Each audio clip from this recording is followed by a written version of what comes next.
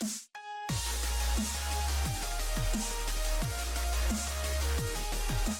everyone, my name is Wedge and welcome back to our Best of the Rest series where we talk about the best cards in Dominaria, not spoiled individually. In this episode, we're focusing on blue cards. If you missed part 1 on white cards, you can click the link on the screen right now, or the first link in the description for our playlist. Alright, it's time to get our blue on. If you enjoyed the video, just boop that like button for me. It helps, just a little boop, just boop boop. Academy Drake is 3 mana for a 2/2 Drake with a kicker cost of 4 and flying. If the Drake was kicked, it enters the battlefield with 2+1/+1 counters on it.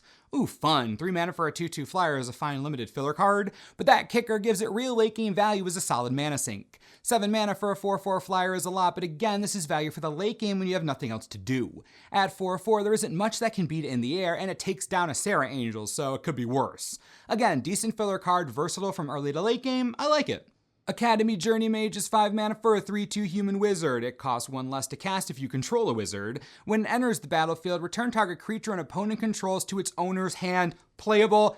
Absolutely playable, 100% playable. 5 mana for a 3/2 is kind of but it gets a cost reduction if you control another wizard, and it tempo screws your opponent in a big way. You pay 4 or 5 mana, you get a 3/2, and they have to pay for something great twice, and they lose their blocker for a turn, their attacker for a turn, and their mana for a turn. Tempo plays for days. I'll put this into any blue limited deck, you should too. Unsummon is a powerful effect when it comes on a body, ask Mana War.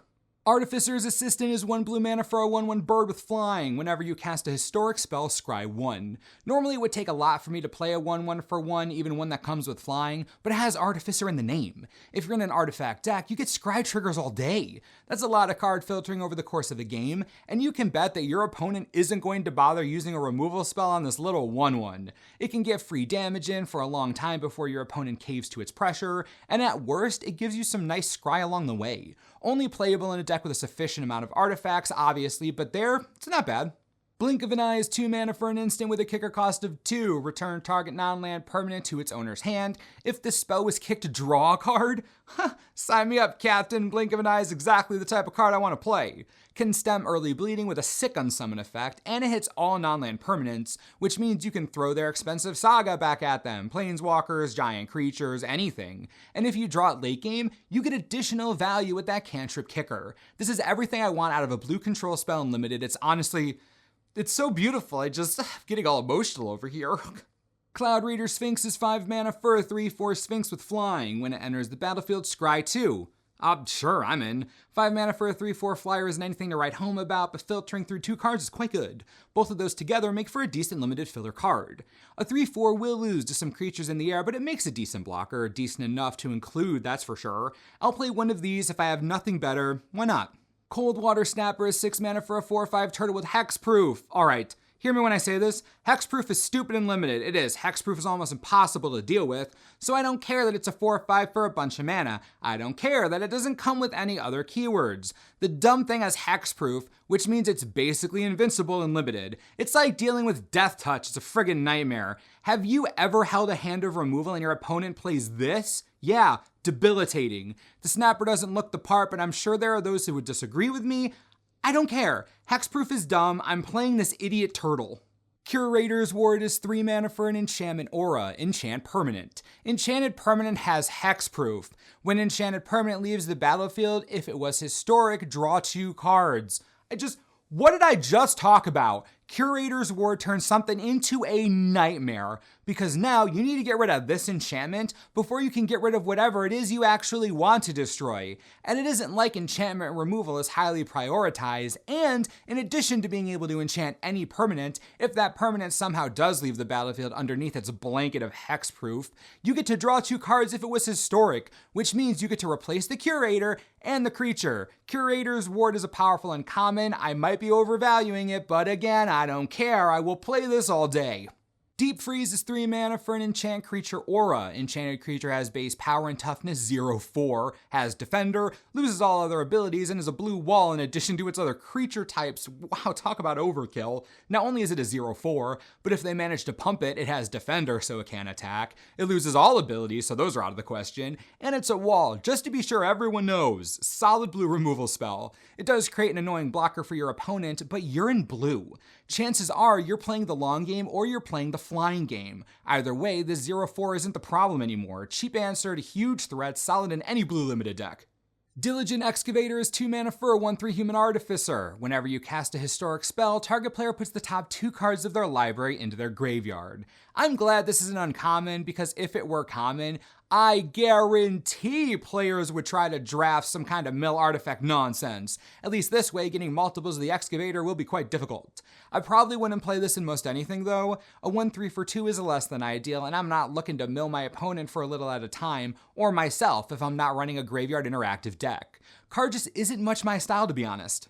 Relic Runner is 2 mana for a 2/1 human rogue. It can't be blocked if you've cast a historic spell this turn. I really do enjoy these historic synergy cards a lot actually. This one's subtle, but having 2 power gives it some real punch. Again, since you're probably going to want to trigger this as much as possible, artifacts are the way to go. It is called Relic Runner after all. This is the same kind of card that will go in a deck with the Artificer's Assistant. You want lots of artifacts all the time, it's easy as that. Now, if you don't have a surplus of historic spells, I'd leave this behind, unless you're truly desperate for power at your 2-drop slot, which I hope you aren't, because this would not be good anywhere else. Seriously, try not to play this anywhere else. Rescue is 1 blue mana for an instant, return target permanent you control to its owner's hand. I actually like this card a lot. It serves 2 purposes. First, it protects one of your permanents from certain doom. It's a protection spell of sorts that will often trade 1-for-1 with a removal spell or a combat trick of some kind. Now, you do lose tempo, which sucks, but it's better than trading your creature. Second, you could return something with a powerful enter the battlefield trigger, or maybe a kicker cost that you couldn't afford to pay earlier in the game, but now you can. Given the way the set is shaping up, there are plenty of versatile creatures that would love to be cast multiple times. Rescue can save those creatures and give them additional value. I wouldn't put this into every blue deck, or even most blue decks, but if you're looking at a decent number of kicker creatures, or permanents with enter the battlefield triggers, could be worth slotting in one to the main deck, maybe kind of, not really. Sentinel of the Pearl Trident is 5 mana for a 3/3 Merfolk Soldier with Flash. When it enters the battlefield, you may exile target historic permanent you control. If you do, return that card to the battlefield under its owner's control at the beginning of the next end step. Now, this is pretty expensive, but you cannot ignore the obvious synergy with sagas. If we're talking about blinking historic permanents, that's what we're looking at, right? Either sagas or legendary creatures with enter the battlefield abilities, or planeswalkers about to die, I suppose, but sagas will be the most likely targets. Your saga gets close to 3, flash in Sentinel, get the effects you want, then reset it. It's beautiful, and you get a 3/3 at instant speed to boot. Expensive, yeah, but very good in the right deck. Vodalian Arcanist is 2 mana for a 1/3 Merfolk Wizard. You can tap to add 1 colorless mana, spend this mana only to cast an instant or sorcery spell. Nothing warms my heart like a blue mana ramp creature. Sure, it's only for instants and sorceries, but come on, we're playing blue. What else did you think we were going to play? It has decent survivability with 3 toughness, and in something like blue-red spell slinging in standard, brawl, or limited, it does have a lot of power. It doesn't seem like much, but it's a mana dork. It is, not your traditional mana dork, but one that reduces the cost of blink of an eye just fine, so I'm in. Weight of Memory is 3 of anything and 2 blue for a sorcery, draw 3 cards. Target player puts the top 3 cards of their library into their graveyard. Jeez, this is a big card. 5 mana at sorcery speed is a lot. Now, there is value here. You do get to draw 3 cards, and then if you have any graveyard interaction whatsoever, you can fuel yourself with that mill 3. It's like a Thought Scour on steroids. The only real downside is that dang sorcery speed. I get it, I do. At instant speed, it'd be pretty stupid. As it stands right now, this can see play in Brawl for sure. Definitely limited because late game card draw is especially valuable. Maybe standard if there's a blue-white and Balm Eternalized deck that can utilize the graveyard, we'll see. Regardless, I like the artwork. Joy Rakarn Teferi, man, been a long time. The blue cards in this set are so blue. By that I mean the color pie is represented in a magnificent way. I think the design team really fleshed out the color. I want to know what you're thinking about blue compared to the white cards in Dominaria. Do you think the color is more well-rounded, more suited for limited play? As we approach pre-release, these are questions we need to answer, so please let me know what you're thinking and we'll talk about it. Stay tuned for the rest of the series, and as always, thanks for watching, and we'll see you next time. This video is brought to you in part by TCGplayer.com. We are rushing through the Best of the Rest series, and if I've learned anything so far, it's that this set is so deep. Everything just seems good. With that said, if you haven't pre-ordered Dominaria yet, you gotta get your butt on that, friendo.